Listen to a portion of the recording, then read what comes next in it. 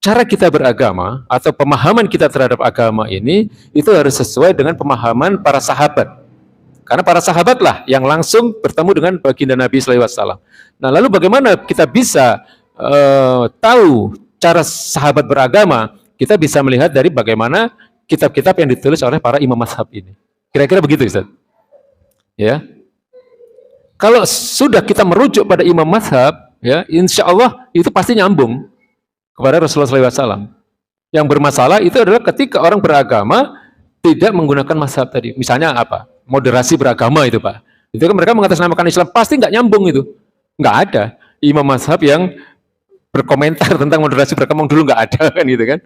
Ada dulu apa Islam Nusantara, ya macam-macam itu. Pasti nggak nyambung itu, ya.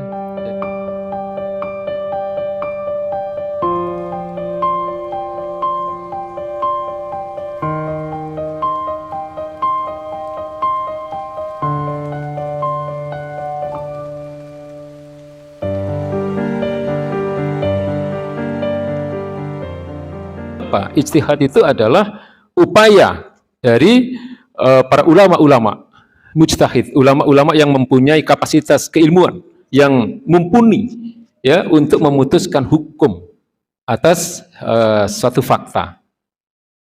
Ya, jadi kemarin ditanya saya, apakah bermazhab itu perlu dalam beragama ini?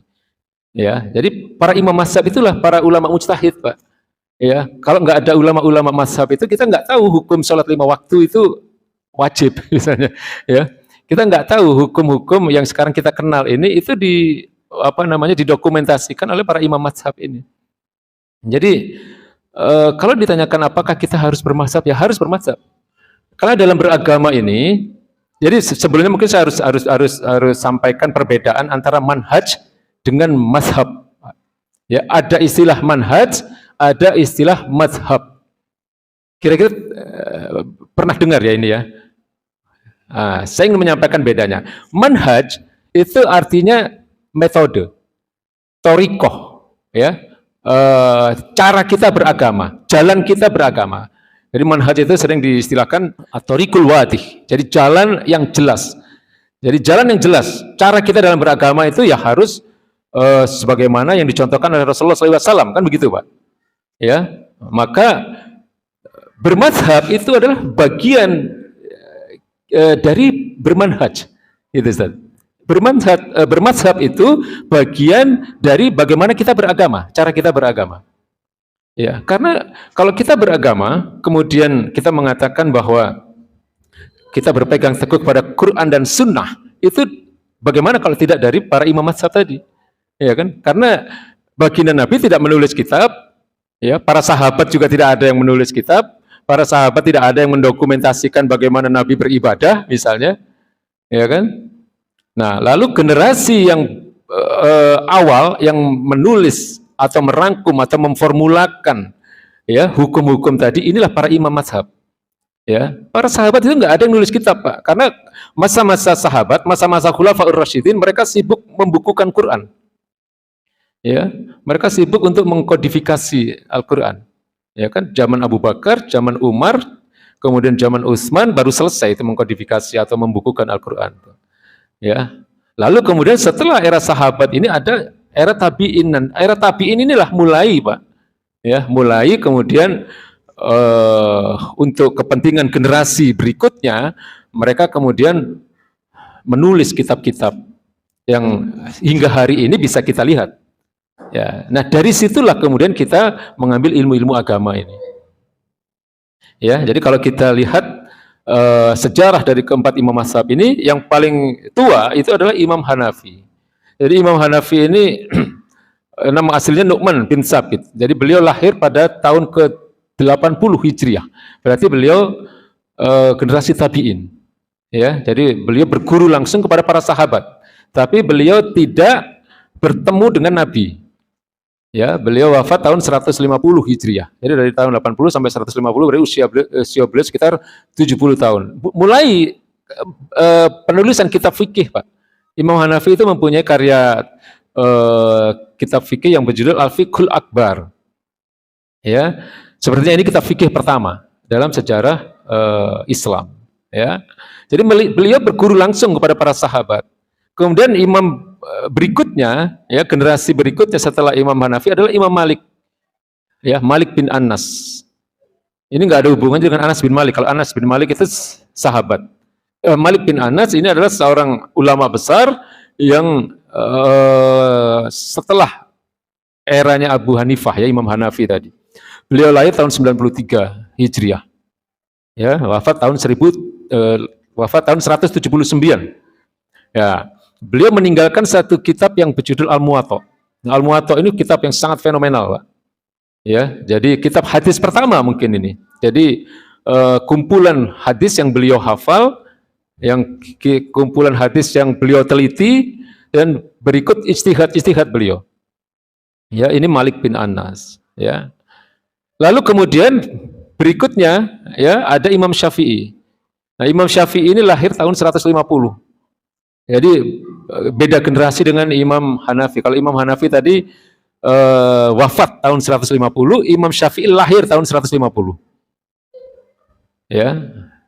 Kemudian wafatnya tahun 204 Hijriah. Ya, nama aslinya Muhammad bin Idris Asy-Syafi'i. Nah, beliau Imam Syafi'i ini adalah orang pertama yang menulis kitab tentang usul fikih. Ya. Yang berjudul Ar-Risalah. Ya, kemudian beliau menulis kitab fikih yang berjudul Al-Um. Nah, kitab ini hari ini bisa kita cari, bisa kita cari, ya. Artinya apalagi di zaman teknologi seperti sekarang. Ya, kemudian imam yang keempat adalah Imam Ahmad bin Hambal atau Imam Hambali, ya. Nah, Imam Syafi'i itu belajar langsung kepada Imam Malik.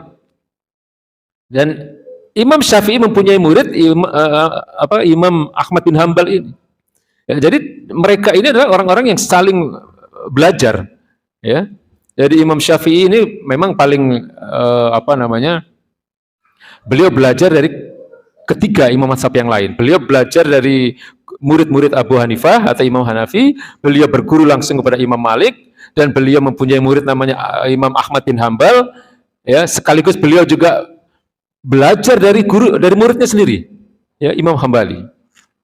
Nah, Imam Hambali ini punya kitab yang judulnya Musnad Ahmad, ya, ini mungkin sering disampaikan, yang isinya adalah sekitar 40.000 hadis. Jadi beliau ini hafal 1 juta hadis, Pak, Imam Hambali ini, ya.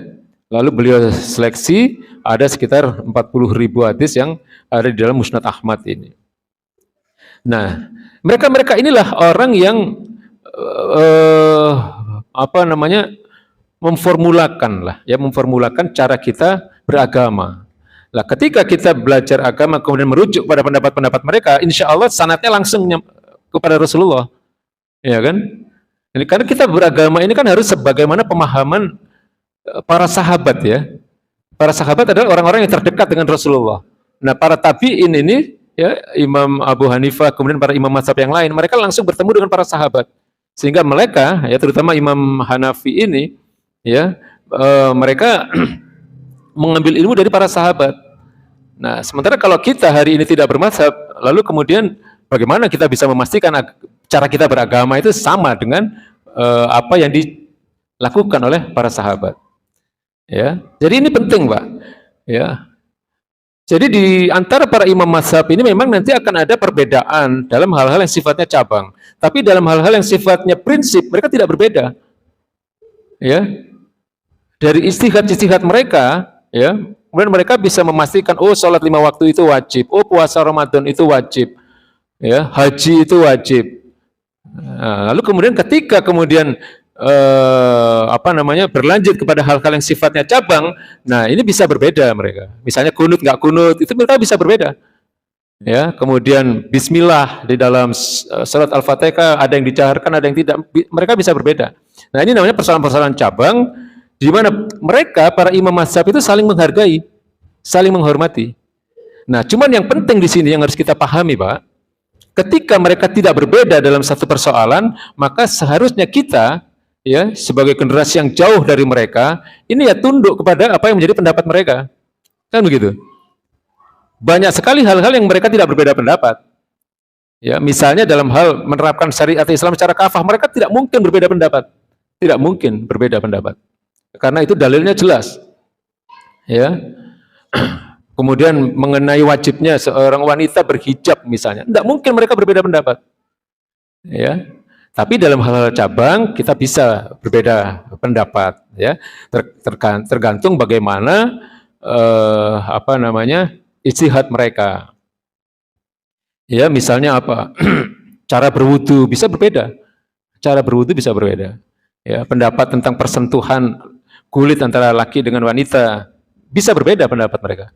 Ya, kalau Imam Syafi'i kan begitu bersentuhan itu sudah dianggap membatalkan wudu. Tapi kalau Imam Hambali tidak. Imam Hambali ketika terjadi persentuhan kalau tidak ada syahwat tidak membatalkan wudu. Nah, ini namanya persoalan-persoalan persoalan cabang. Ya. Nah, jadi kesimpulannya apa?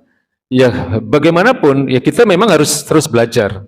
Kita harus terus belajar, Pak. Ya, saya sendiri juga masih harus banyak yang saya pelajari. Ya, bagaimana perbedaan para mazhab ini, para imam mazhab ini. Ya, jangankan kita, Pak, para ulama-ulama hadis yang hari ini mungkin dikenal sebagai ulama-ulama hadis yang besar ya, kayak Imam Bukhari itu kan disebut dengan Amirul Mukminin fil hadis. Ya, pemimpinnya orang-orang beriman dalam ilmu hadis. Itu mereka bermazhab. Imam Bukhari itu bermazhab, Pak. Beliau bermazhab kepada Imam Syafi'i. Imam Muslim itu mazhabnya Imam Syafi'i juga. Ya. Jadi ini yang penting untuk kita pahami ya, bahwa dalam beragama ini kita harus memastikan bahwa cara kita beragama atau pemahaman kita terhadap agama ini itu harus sesuai dengan pemahaman para sahabat. Karena para sahabatlah yang langsung bertemu dengan baginda Nabi sallallahu alaihi wasallam. Nah, lalu bagaimana kita bisa tahu cara sahabat beragama? Kita bisa melihat dari bagaimana kitab-kitab yang ditulis oleh para imam mazhab ini. Kira-kira begitu, Ustaz. Ya. Kalau sudah kita merujuk pada imam mazhab, ya, insya Allah itu pasti nyambung kepada Rasulullah SAW. Yang bermasalah itu adalah ketika orang beragama tidak menggunakan mazhab tadi. Misalnya apa? Moderasi beragama itu, Pak. Itu kan mereka mengatasnamakan Islam, pasti nggak nyambung itu. Nggak ada imam mazhab yang berkomentar tentang moderasi beragama dulu, nggak ada kan gitu kan. Ada dulu apa Islam Nusantara, ya macam-macam itu. Pasti nggak nyambung itu. Ya. Jadi kira-kira begitu ya, Ustaz ya, yang bisa saya sampaikan. Jadi mazhab itu bukan hal yang kemudian membuat kita harus terpecah belah, tidak. Ya, jadi mazhab-mazhab itu ada dalam rangka membantu, ya, memudahkan generasi-generasi berikutnya ini untuk beragama sesuai dengan manhaj yang benar. Nah, manhaj tadi kan metode yang benar. Ya, metode kita dalam beragama ini harus sesuai dengan para ulama ahlu sunnah wal jamaah. Ya, para salafiyun. Nah, makanya ada yang mengatasnamakan diri manhaj salaf misalnya. Ya, sebenarnya nggak masalah.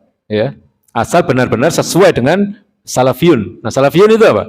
Salafiyun itu 3 generasi pertama dalam Islam. Para sahabat, tabi'in, tabi'ut tabi'in. Begitu ya, Ustaz.